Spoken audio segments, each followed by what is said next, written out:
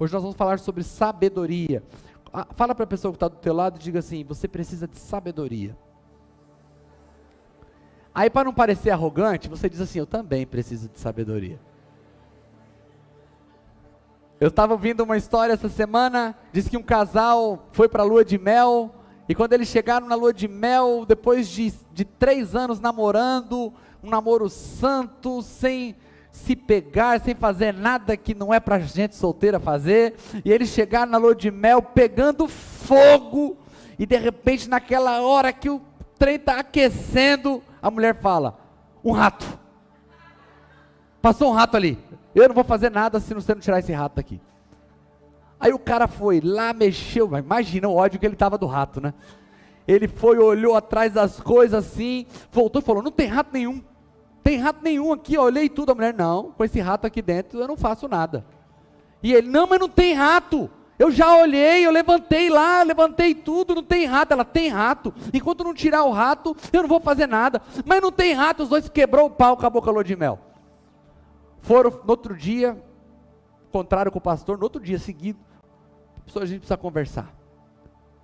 Mas o que aconteceu? Ontem na lua de mel, ela ficou falando que tinha um rato, não quis fazer nada comigo, e a mulher: mas tinha um rato sim, você não viu. E aí quebraram o pau, o pastor deu aquela bronca: vocês tomam vergonha na cara, vocês deixaram uma situação dessa acabar com a lua de mel de vocês, vocês que tomam jeito, esse cara esperando 3 anos, volta lá e agora faz o negócio acontecer.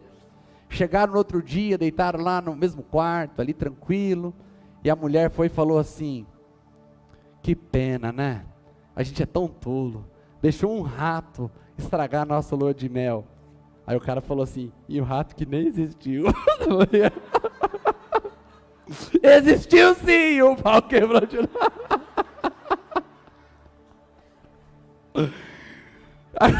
Perderam a lua de mel por conta de um problema tão pequeno. Ele poderia simplesmente dizer assim: verdade, né, amor, que rato miserável, né? Mas vamos começar agora.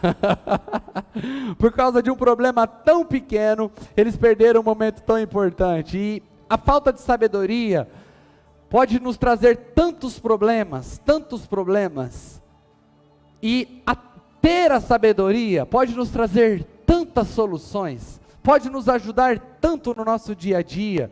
Nós podemos conquistar tanto pela sabedoria, que nós temos muito mais para agradecer a Deus, porque ela vai nos guiando em cada situação, e a soma de atos de sabedoria no final do ano, dá um saldo importantíssimo para as nossas vidas.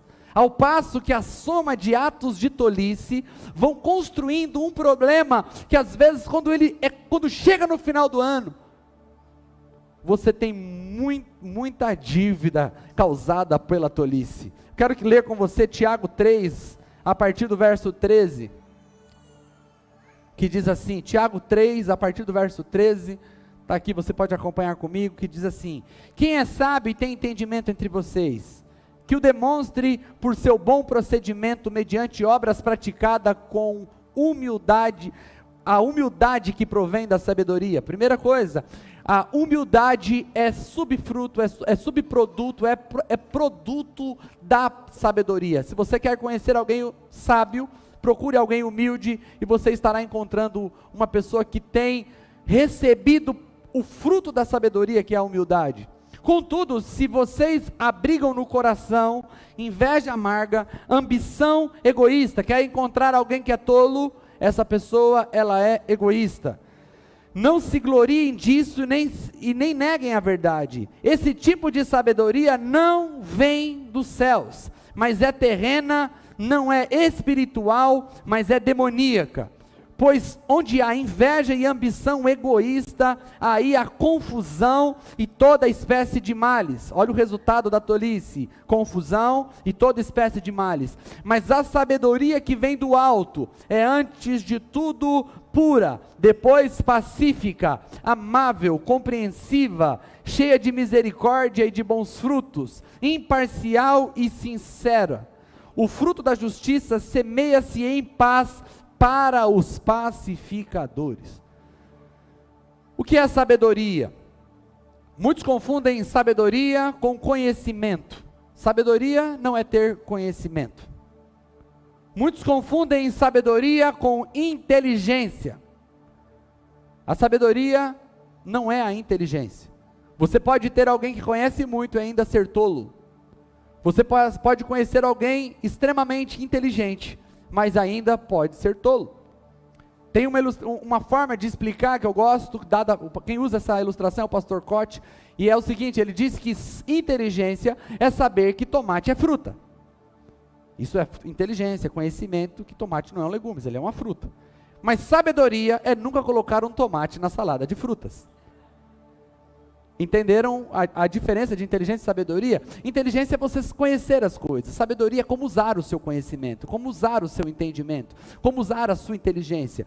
O inteligente muitas vezes vai ter que se calar, vai ter que passar por bobo, vai ter que se fingir de besta. Davi, em um determinado momento, quando ele está diante dos filisteus, que ele chega ali e que ele percebe que ele está correndo um grande risco de morrer. A Bíblia diz que ele começa a babar no canto da boca e se fazer de louco.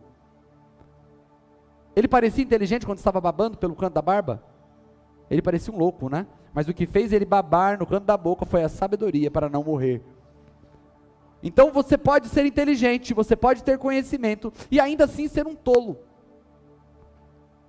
Ainda assim não ter a sabedoria. Hoje eu vou tentar explicar para vocês a respeito, usando alguns textos bíblicos, eu vou mostrar o contraste de alguém que é sábio e de alguém que é tolo, para que você possa discernir isso no seu coração, e que você possa entrar na rota da sabedoria. Aqui, Tiago difere a sabedoria do alto, da sabedoria demoníaca, terrena. Então ele não faz a divisão como faz Salomão entre a sabedoria e a tolice, a insensatez. Ele faz a divisão, a distinção entre dois tipos de sabedoria. E ele diz que a pessoa que tem uma sabedoria que vem do alto, ela colhe o fruto dessa sabedoria, que é a paz. Portanto, sabedoria não é a qualificação do sujeito, é a qualificação do resultado do conhecimento e da inteligência do sujeito. Se o resultado é paz, se o resultado é bom, aquilo é o resultado de sabedoria. Se o resultado é confusão mental, confusão familiar, confusão em todas as áreas, o resultado, segundo Tiago, é uma sabedoria terrena e demoníaca. Portanto, podemos ter alguém que não conhece a Jesus, tendo uma atitude que produz paz. E podemos ter um cristão que nasceu de novo com certas atitudes que produzem confusão. E se ele está produzindo confusão, a sabedoria que o está guiando é uma sabedoria terrena e demoníaca. Pastor, como que o senhor pode afirmar que uma pessoa que não conhece a Jesus está tendo uma sabedoria que vem do alto? Olha o que diz Tiago, capítulo 1, verso 16 e 17. Meus amados irmãos, não se deixem enganar, toda boa dádiva e todo dom perfeito vem do alto, descendo do Pai das luzes, que não muda como sombras inconstantes. Dentro do estudo da palavra de Deus, quando nós vamos estudar a graça, tem um perfil da graça que é a graça comum. O que é a graça comum? A graça comum é o que de Deus ficou na humanidade. Você pode ter alguém com atributos que glorifiquem a Deus, e ainda assim esse sujeito estar indo para o inferno. Ao passo que podemos ter cristãos nascidos de novo, deixando-se enredar pela velha natureza e tendo comportamentos e atitudes que pertencem à velha natureza. E se ele assim o fizer, a sabedoria proveniente do velho homem é uma sabedoria terrena e demoníaca. Então qual é o grande desafio para o cristão?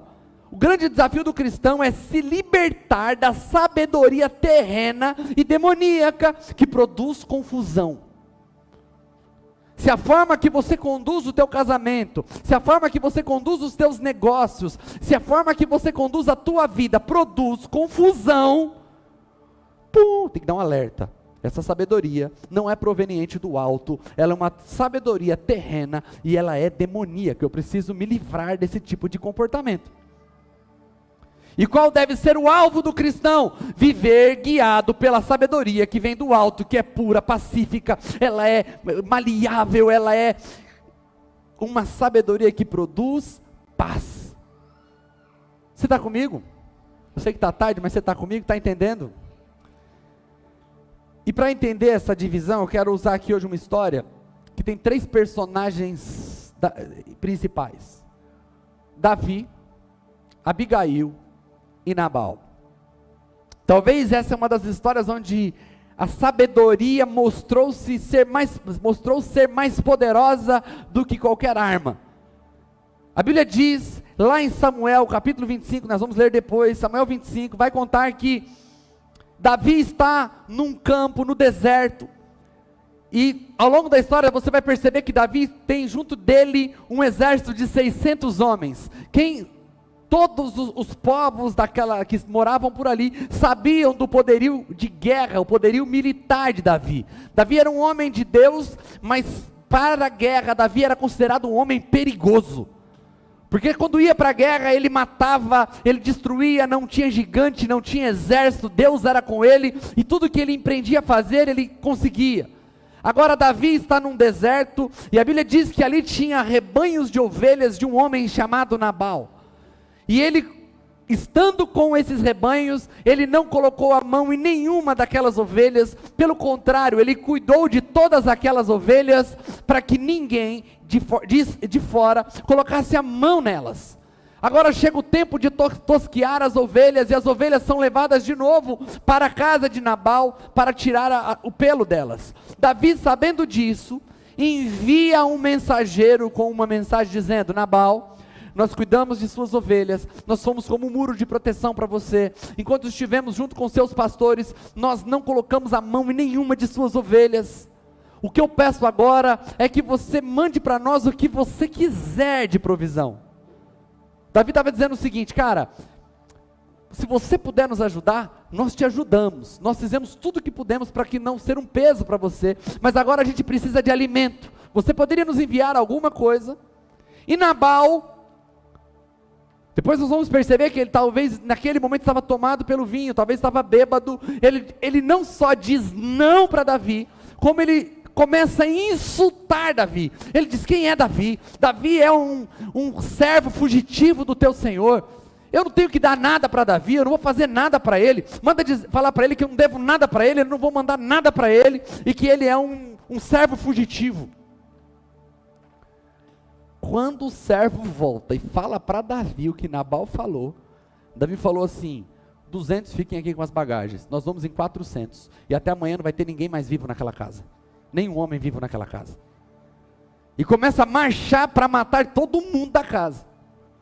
Nisso surge uma personagem chamada Abigail, e ela, vendo o que aconteceu, ela foi procurada por um servo que ouviu o que Nabal falou, e ele falou assim: olha, não dá para falar com Nabal, ele é um homem mau, ele não escuta, preste atenção nisso, ele não escuta, então não dá para falar com ele, mas eu estou vindo falar com você, se você não fizer nada, nós todos estaremos mortos amanhã. Davi nos protegeu, Davi nos ajudou, Davi foi um amigo para nós, e agora ele mandou aqui pedindo provisões, e o seu marido falou assim, assim, assim. Abigail se movimenta imediatamente, manda encher de alimentos o jumento, e ela vai em direção a Davi, e encontra Davi antes de Davi atacar. E a história diz que ela se ajoelha, ela se humilha, e fala assim: ei, para, não olha para Nabal, Nabal é um homem tolo, o nome dele já diz isso, ele é um homem tolo, não olhe para ele, olha para mim, olha aqui, chama a atenção de Davi e diz: me perdoe, se prostra, se humilha, se arrepende, e fala para ele assim: aceita aqui as minhas provisões, dá um presente para ele, e diz para ele: não se ofende, não se ofenda, não derrame sangue inocente. A lei de Deus não permitia que Davi matasse um homem, porque ele negou comida. Não tinha nada na lei que dissesse assim: ao negar comida para alguém, esse homem deve ser morto. Porque nós confundimos, quando nós lemos os 10 mandamentos, um dos mandamentos é: não matarás. Só que se você não entender esse mandamento, você se confunde todo ao ler o Antigo Testamento, porque o Antigo Testamento é recheado de guerras e mortes. Esse mandamento está mais ligado a não assassinarás, porque quando a pessoa mata alguém como um assassinato, ela não está cumprindo lei, ela não está cumprindo a ordem do Senhor, ela não está numa guerra, ela não está protegendo sua nação, ela está matando deliberadamente. Davi se tornaria um assassino ao matar Nabal e matar os seus servos. Abigail se levanta e lembra Davi, dizendo: ei, recobra a mente, você vai fazer um ato louco ao matar esse homem, deixe Deus, a vingança pertence ao Senhor. E aqui no verso 32 de Samuel 25, olha o que Davi disse para Abigail. 1 Samuel 25, 32, Davi disse a Abigail: bendito seja o Senhor, o Deus de Israel, que hoje enviou ao meu encontro. Seja você abençoada pelo seu bom senso. Aqui ele está dizendo, bom senso é sinônimo de sabedoria. Então nós podemos ler: seja você abençoada pela sua sabedoria, e por evitar que hoje eu derramasse sangue e me vingue com minhas próprias mãos. Olha como Davi olha para Abigail. Qual é a única pessoa sábia nessa história? Não é Davi, é só Abigail. Davi é um homem sábio, mas nessa história, o único a manifestar sabedoria é Abigail. Agora o que acontece? No outro dia, Nabal está sóbrio, passou o efeito da bebida. Abigail chega para ele e diz o seguinte: ontem você fez isso, Davi estava vindo com 400 pessoas, era para você estar morto agora, era para todo mundo aqui estar morto por causa da sua atitude. A Bíblia diz que quando ele ficou sabendo, ele teve um derrame, e ficou travado por 10 dias, e morreu. Davi, como um homem muito inteligente, foi lá e casou com a mulher sábia, e levou para ele, porque agora ela era uma viúva. O que a gente pode tirar dessa história, que pode servir como ferramenta importante para a gente, no ano de 2023? Vamos lá. A primeira coisa que eu quero conversar com vocês é o seguinte: o sábio reconhece seu próprio estado e sabe quando não é momento de decidir. Nabal estava bêbado e não se esquivou de decidir. O sábio não toma decisão a qualquer hora. O sábio, quando ele não tem certeza, quando ele sabe, ele se reconhece. Ele sabe que ele não está bem emocionalmente, talvez ele está alterado, talvez ele está em dúvida, talvez ele está perdido, talvez ele está com medo. O sábio, ele sabe o momento de dizer: eu não posso tomar decisões agora. Quantas vezes eu dei conselhos para irmãos aqui da igreja, talvez você se reconheça, você não foi o único que ouviu isso da minha boca, dizendo: ei, você precisa tomar decisões intermediárias. O que são decisões intermediárias? Eu tenho que tomar uma grande decisão, mas eu não tenho informações necessárias, eu não tenho lucidez necessária, eu ainda não entendi exatamente o que Deus quer que eu faça. Então, se eu não sei o que Deus quer que eu faça de forma definitiva, qual é uma decisão menor que eu possa tomar hoje, que não vai afetar o meu futuro, mas que já me tira do lugar onde eu estou? Muitas vezes a pessoa chega para mim desesperada porque ela de repente é de uma outra igreja e de repente lá está passando por um grande problema, uma grande dificuldade. Pastor, será que eu devo vir para esta igreja? Não sei, mas me conta um pouco mais. E às vezes a história é tão terrível que, olha, eu não sei para onde você tem que ir, mas a decisão que você tem que tomar é pelo menos de se ausentar disso, porque isso está te fazendo mal. Às vezes a pessoa está lá desesperada, querendo sair do trabalho, está nervoso, afetado emocionalmente. Eu percebo que tem muita emoção naquela decisão. Pastor, eu vou pedir a conta. Calma. Não tome a decisão de sair, tome a decisão de conversar. Crie decisões menores quando você estiver em estado emocional que não seja um estado perfeito e perene para tomar decisões importantes. Uma pessoa sábia, a primeira coisa que ela tem que fazer é reconhecer o estado interior dela. E sabe qual é o problema do tolo? Porque o tolo, a pessoa diz para ele assim: você não está bem. Eu estou sim. Você está nervoso? Não estou. Calma. Por que você está bom? Calma, estou calmo. O tolo, ele não tem condições de reconhecer o estado interior dele. De fato, eu não estou calmo. De fato, eu não estou tranquilo. Você está certo. O tolo tem dificuldade. E quando eu disser tolo, E se você falar assim, nossa, eu sou tolo, eu fiz isso, não reconheça-se como um tolo de forma definitiva, reconheça que você tem comportamentos de tolice. Entenda isso, porque senão você vai diferenciar que tem uma casta de pessoas que são sábias e outras que são tolas e elas se diferem e vão andar sempre em vias separadas. Não é isso. Você precisa reconhecer atitudes que te identificam como um tolo. O sábio, ele sabe reconhecer o estado interior dele e diz assim, eu não estou bem. E quando ele entende que ele não está bem, ele entra num processo de autoconhecimento e ele começa a perguntar o porquê eu não estou bem. O tolo, às vezes ele até começa a entrar nesse processo, mas logo ele leva o olho para fora, ele começa a culpar alguém pelo estado emocional dele. De novo ele começa a olhar para fora e ele nunca cresce, ele nunca amadurece, porque ele não consegue olhar para dentro. Sempre o estado dele é culpa de alguém. Irmãos, você sabe que depois dos 30, pelo menos comigo, não sei com você, a gente às vezes já acorda bravo. Já aconteceu isso com você já? Você já acordasse com o seu humor mexido? Quem aqui já acordou algum dia com o seu humor mexido? Você acorda assim, parece que tem um problemão. Às vezes não tem nada, tá tudo bem. Mas você acorda já com o seu estado emocional mexido. O sábio, ele fala, eu não estou bem, isso é uma constatação. Agora, o porquê eu não estou bem, eu não sei. Aí ele vai acalmando. O tolo não, o tolo ele já olha para o lado, já sei quem é o culpado, é a mulher que está do lado.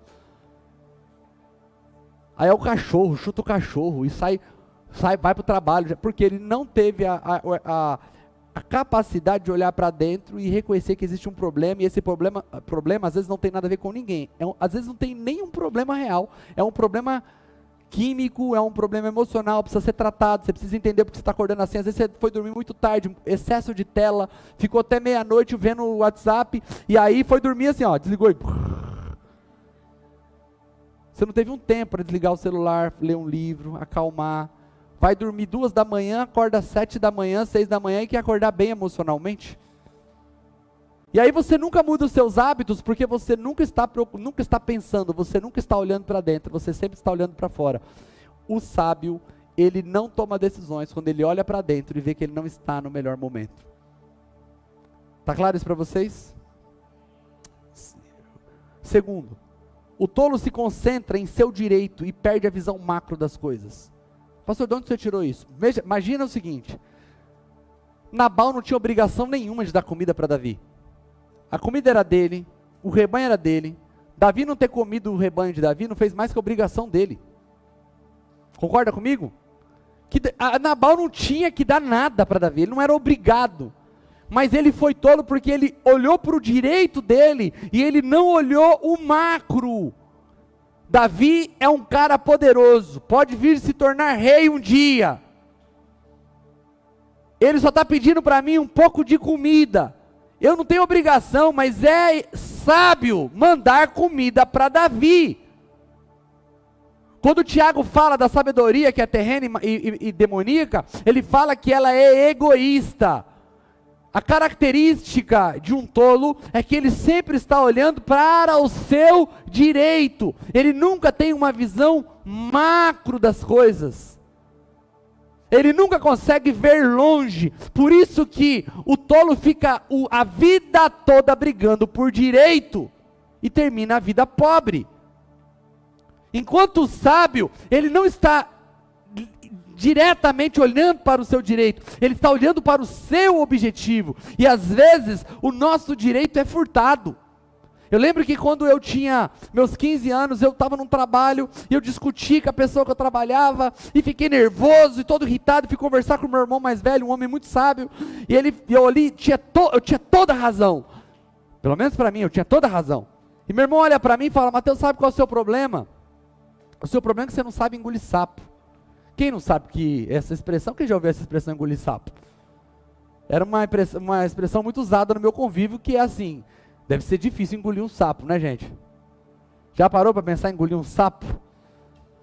E meu irmão estava dizendo assim, você precisa aprender a digerir coisas que não são tão digestas, você precisa calar a boca, você precisa ouvir, você precisa baixar a cabeça, você precisa ser... Quando ele me disse que eu precisava engolir sapo, ele me disse tudo isso. Você precisa ser mais humilde, você tem que entender que às vezes as pessoas vão falar coisas que você não gosta de ouvir. Você vai entender que às vezes as pessoas vão estar num mau momento. Só cala a boca. Se você não aprender a ficar quieto, se você não aprender a aceitar essas coisas, você não vai ter sucesso na vida. Hoje eu tenho 34 anos e eu não tenho minha carteira ela é branquinha, eu nunca tive uma assinatura na minha carteira de trabalho, nunca. Nunca trabalhei registrado em toda a minha vida. Durante todo o tempo eu tive que fazer negócio, eu tive que fazer parcerias. E eu vi as pessoas do meu lado, essas que dizem assim, não, porque eu tenho direito, porque não sei o quê, eu vou lá e não aceito que falem assim comigo, porque aqui eu não sei o quê. Todo mundo que eu vi que tem essa atitude está patinando até hoje. Eu não conheço uma pessoa que fica, tem que ser desse jeito, porque é o certo, é certo. E o pior é que essas pessoas, elas confundem falar sem pensar com sinceridade. É que eu sou sincero. Eu sou assim, eu falo o que eu penso. Você acha que isso é algum tipo de inteligência, falar o que você pensa? Se você fala o que você pensa na hora errada, você é tolo. Porque a sabedoria está em calar-se, não em falar. Eu não consegui ver vantagem durante minha vida em pessoas que falam na qualquer hora, falam de qualquer jeito, não pensam a forma que vão falar, não pensam se é necessário falar, não pensam se dá para sofrer um pouquinho. Às vezes a vitória está atrás de um sofrimentinho que você aguenta. O ano passado, eu tenho um testemunho que foi bênção para a minha vida no ano de 2022. Em 2021 eu fui trabalhar para um amigo, e quando eu cheguei lá, esse amigo... Não gostei da forma que ele estava conduzindo as coisas, conversei com ele, falei, porque não quer dizer que você tem que ficar quieto, só que você tem que saber a hora de falar. Chamei esse amigo e disse, cara, não está dando, não estou sabendo os preços anteriormente, tá complicado para mim, não está sendo transparente, e ele mostrou que ele não ia mudar. Eu falei, beleza, o que eu faço?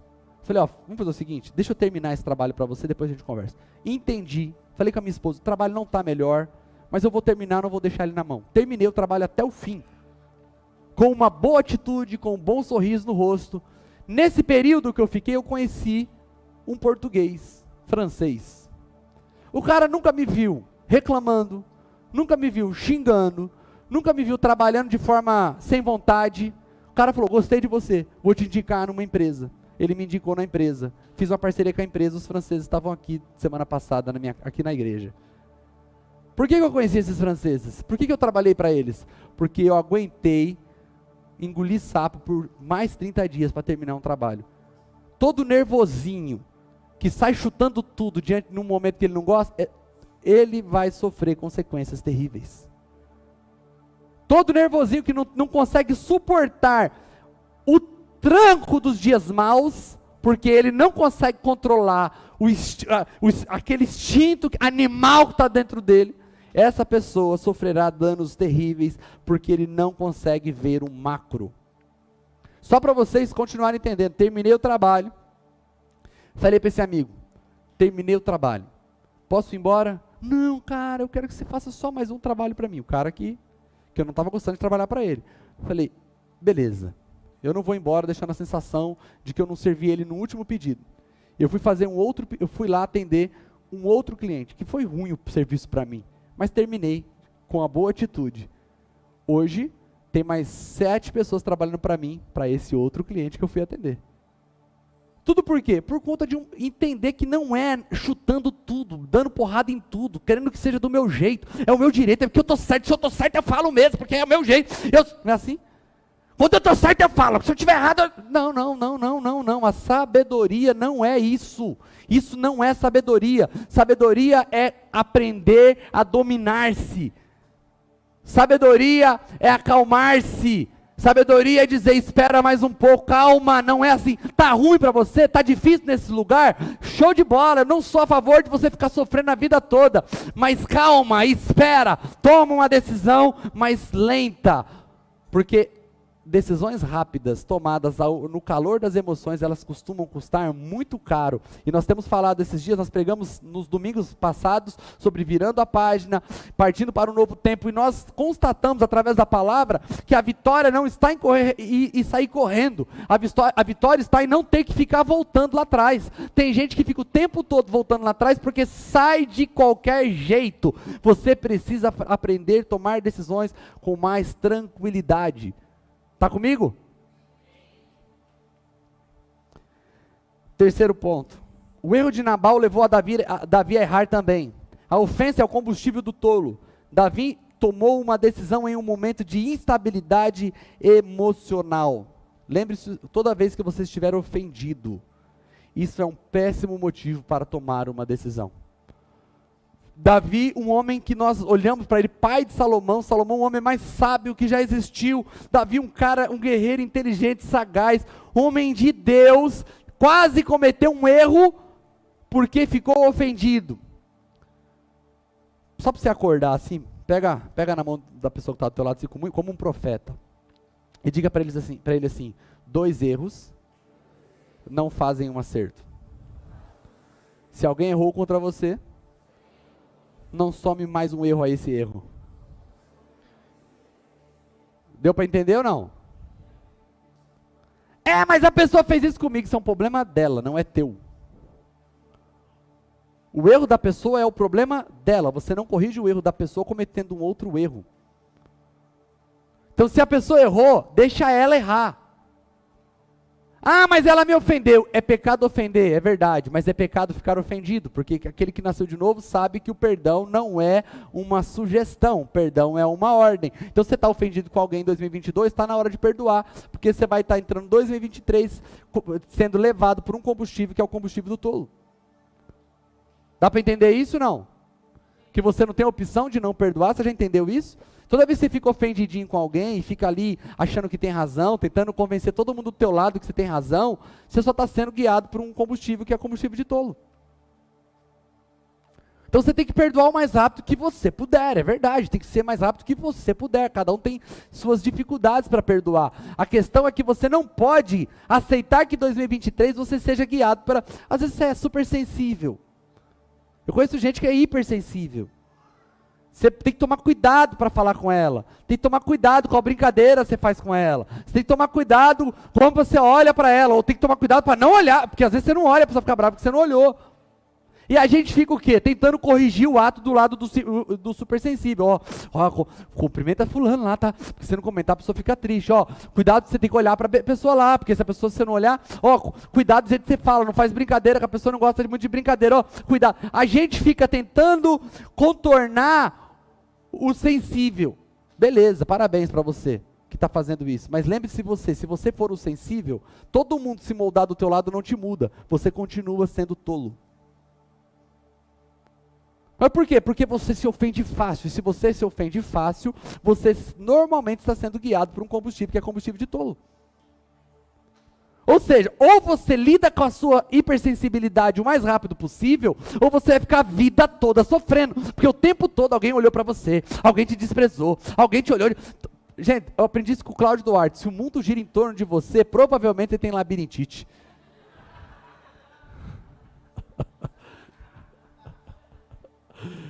Porque tem gente que assim, fui lá, todo mundo fica olhando para mim. Nossa Deus, todo mundo olhou para você.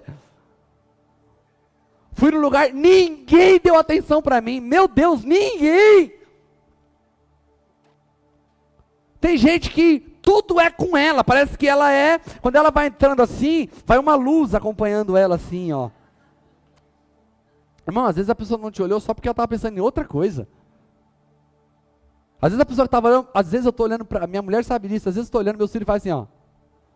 Meu cérebro está 300 quilômetros dali, meu olho está no lugar. O pastor ficou olhando para mim, só meus olhos, porque minha mente não estava ali. Cumprimentei o pastor, ele nem respondeu, não vi mesmo, irmão. Às vezes estava olhando para você, mas meu olho estava travado assim, numa tela preta. Entende que às vezes a gente fica vivendo uma vida que a gente facilita para a ofensa.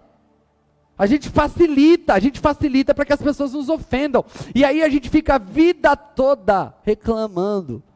Ai, porque não sei o quê, foi para um trabalho lá. Sempre tem essa pessoa, normalmente, vamos ver se você identifica, às vezes é você a pessoa. Normalmente essa pessoa, sempre no trabalho tem alguém que persegue ela. Conhece alguém assim, não? Não conhece não, né, irmão? Ai, misericórdia, olha aí, pastor, porque a luta está difícil. Deus, o diabo levantou um demoniado lá no trabalho que está me perseguindo. Não, você nunca pensou assim, né, irmão? Se alguém está sempre te perseguindo, você é hipersensível, aceita. Porque às vezes é um homem, né? Fortão, hipersensível, eu não. É hipersensível sim. Você está se escondendo atrás de uma amarra toda, mas você é sensível.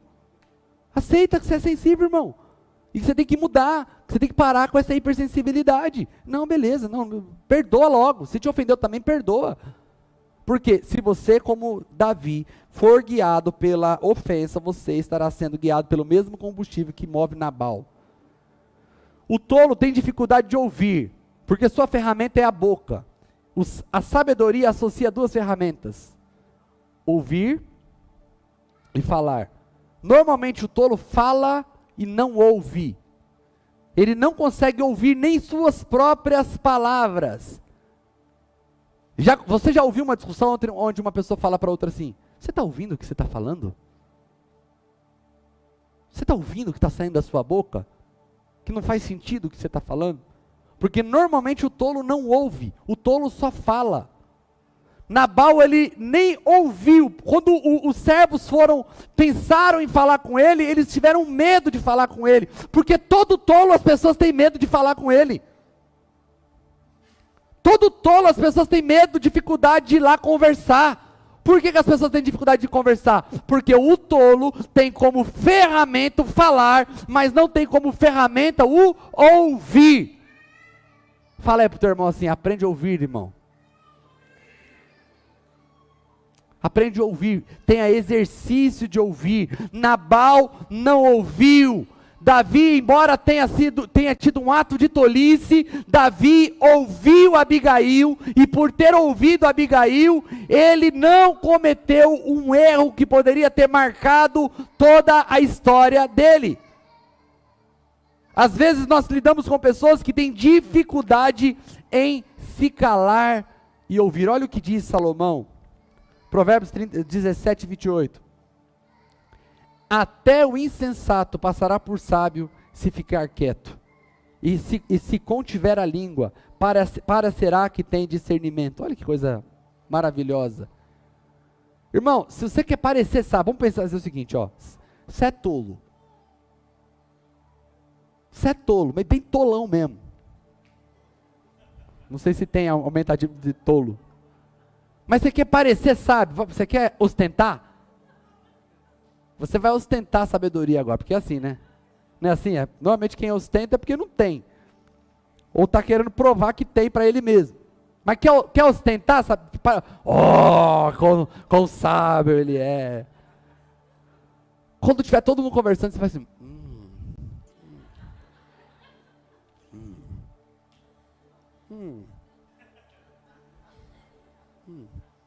Acabou a festa e fala... Aí a pessoa fala, nossa, que cara sábio. Porque Salomão está dizendo assim, que a pessoa quando fica quieta, só de ficar quieto, as pessoas falam, é sábio. Não quer dizer que ela é sábia, ela pode ser tola. Mas se ela conseguiu ficar quieta, ela já passa por sábio. Por que Salomão está dizendo isso? Porque uma das características do sábio é a gestão da fala. O que é gestão da fala? É você saber, é hora de falar. E quando é hora de falar, tem que falar. Agora é hora de se calar. Tem que se calar. Às vezes a mulher não gosta que a gente fica quieto. Né? A mulher está lá, não sei o que você está falando para mim, você se cala. Mas você está muito quieto. Fala o que você está pensando. Não quero falar. Vai ser assim então. Vai. Pode falar, eu quero que você fala. Aí você começa a falar, viu o que você está falando comigo? Meu Deus do céu, tem que ter sabedoria. Só que depois da briga, ela nunca reclamou de um silêncio, nunca o meu silêncio machucou ela. Sempre o que ela reclama é que as minhas palavras machucaram ela. Concorda comigo? Então se sua mulher ficar brava porque você está quieto, pelo menos você não vai ter que pedir perdão pelo silêncio depois. Entenda isso. Pelo menos você não terá que pedir perdão, porque o silêncio não vai machucar ela. Entende isso? Você está casado com uma mulher, a mulher é mais sensível, está ok. Ela sim, não você, bobão que fica sensível. Ela está ok. Lógico, não quer dizer que ela tem direito de ser hipersensível a vida toda. Mas se você está num casamento, você é o homem, você é maduro, você tem que entender que ela vai se ferir se você... Às vezes a sua palavra está ok, mas o jeito que você fala pode machucar. Pode despertar gatilhos de um pai que foi irresponsável, que gritava, que batia. Às vezes o jeito que você fala desperta um montão de coisa que machuca o coração da sua esposa. E aí você vai ter que aprender a pedir perdão. Mas nesse momento, mais importante, é importante aprender pedir perdão, porque isso nós vamos dizer que é a atitude do sábio. Mas se você aprender a fazer gestão da fala, e aqui eu me coloco como homem que precisa aprender a como falar, isso faz parte da gestão da fala, mas também tem que aprender quando não falar, quando você tem que ficar quieto, quando não é um problema seu. Aprenda algo.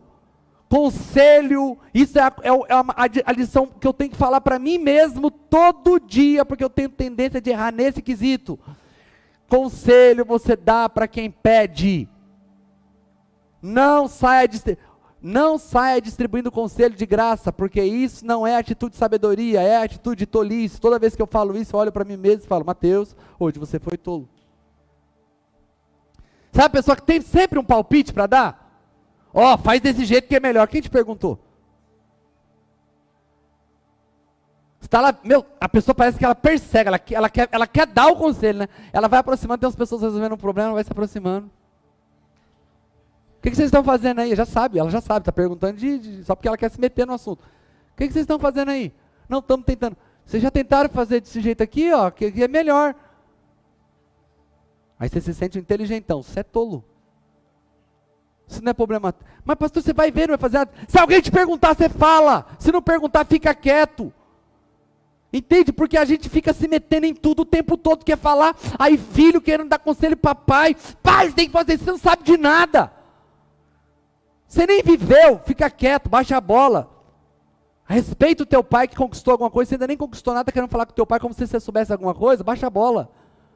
Entende? A gente vive o tempo todo achando que a gente é coisa demais. É por isso que a gente quer dar conselho, porque a gente já acha que a gente é muito bom.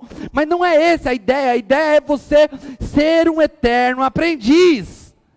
Meus discípulos que andam comigo de perto, sabe quantas vezes eu confronto nesse sentido? Cara, não, fala não. Ei. Você tem muito para aprender ainda, baixa a bola. Não comigo, quando eu vejo eles fazendo isso com outra pessoa, porque comigo, se eles falarem, às vezes muitos deles sabem mais que eu mesmo. Mas às vezes num relacionamento, principalmente no relacionamento paterno, os filhos erram. Os filhos erram em querer dar lição para o pai, pôr o dedo na cara. Por quê? Porque normalmente, quando nós tentamos arrogar sabedoria através de um conselho, nós não estamos fazendo gestão da fala. Sabedoria entende qual é o verdadeiro foco do problema. Abigail entendeu que o problema era maior do que o seu marido não ter dado alimento para Davi. Ela entendeu que Davi estava com o ego ferido, portanto ofereceu comida e palavras certas. Às vezes a gente não entende o problema do outro, a sabedoria faz a gente entender o foco do problema. Davi, ele ficou ofendido. Quando Abigail leva a comida, ela leva a comida e fala: você é o cara, você é o rei top, você vai reinar, todos os seus inimigos vão cair. O que Nabal tinha falado para Davi? Você é um escravo, você é ninguém. Ela vem e corrige, porque ela entende que ela estava lidando com um coração ofendido. O Luciano Subirá conta uma história que a mulher dele vivia pedindo para que ele fosse no mercado com ela. Amor, você precisa ir no mercado comigo, você nunca gosta de ir no mercado comigo. Aí um dia, e ele falou, odiava mercado. Um dia ele falou, hoje eu vou no mercado com ela. E foi, mas daquele jeito, né? Aí no outro dia ela falou assim, não precisa mais vir no mercado comigo. Mas por quê? Você sempre quis que eu viesse no mercado e eu vim. Não queria que você viesse no mercado. Lógico que você queria, você falou a vida toda que você queria que eu viesse no mercado. Não, eu não queria que você viesse no mercado, eu queria que você quisesse vir no mercado comigo. O foco não era ele estar ali, era ele querer estar ali. Normalmente a gente não consegue discernir o foco do problema. E é por isso que às vezes a gente passa um tempão discutindo, porque a gente não entende o que nós estamos resolvendo. Olha aqui para mim, irmão. O Ita não deixa o Ita chamar sua atenção não. Olha aqui. Eu sei que ele é grandão, chama a atenção, mas olha para mim. Queridos, quando você entende o foco do seu problema, quando você entende o foco do que você está resolvendo, você não vai dispersar energia. Você vai lidar com o que precisa ser resolvido. Uma vez chegou um casal para mim na igreja, no final do culto, acho que eu já devo ter contado essa história, e um casal chegou para mim, no final do culto, e falou para mim: pastor, é o seguinte, hoje eu vim para a igreja, e eu falei que se o pastor da igreja pregasse, era a primeira vez que ele estava na igreja, pregasse o Salmo 23, era para minha mulher sair do serviço. E o senhor pregou sobre o Salmo 23, então, o senhor entende que isso é uma resposta de Deus? Era a primeira vez que eu estava vendo esse casal maravilhoso, hoje é membro aqui da igreja. Eu olhei para ele e falei: não sei. Mas pastor, olha aqui, eu saí de casa, me contou a história, eu falei: cara, sabe que eu não sei? Porque eu não sei o que está envolvido nessa decisão. Depois ele me contou que a esposa dele estava passando um problema sério na empresa, e o problema que ela estava passando, ele nem precisava ter pedido uma oração, era só tomar a decisão, porque ele tinha todos os motivos para tomar a decisão, mas ele queria uma resposta mística a respeito da decisão que ele precisava tomar. Depois eu conversei com ele e disse assim: imagine que se Deus quisesse tratar o caráter da sua esposa. Vamos supor que sua esposa é orgulhosa, não gosta de ouvir alguém mandando nela, e de repente ela está passando por um problema na empresa, e Deus está querendo tratar ela para ela aprender a ser mais submissa. Você vai e fala para tua esposa: sai daí, porque você está sofrendo, que essa pessoa não merece, você tem que sair mesmo. A gente não entender o foco do problema, nós não viveremos as transformações que Deus está propondo para nós. Deixa eu dizer uma coisa para você: você está passando por um problema? Peça para Deus dar sabedoria, para que você tenha discernimento de qual é o problema de fato. Olha o que está escrito em Provérbios 15:1. A resposta calma desvia a fúria, mas a palavra ríspida desperta a ira. Vou repetir esse texto, ouvi tanto isso da minha mãe, Dona Maria. A resposta calma desvia a fúria, mas a palavra ríspida desperta a ira. Quer quebrar o nervosinho? Responda de forma calma para ele. Nós ouvimos a história aqui, que o pastor, acho que foi o pastor Gilson que contou, né?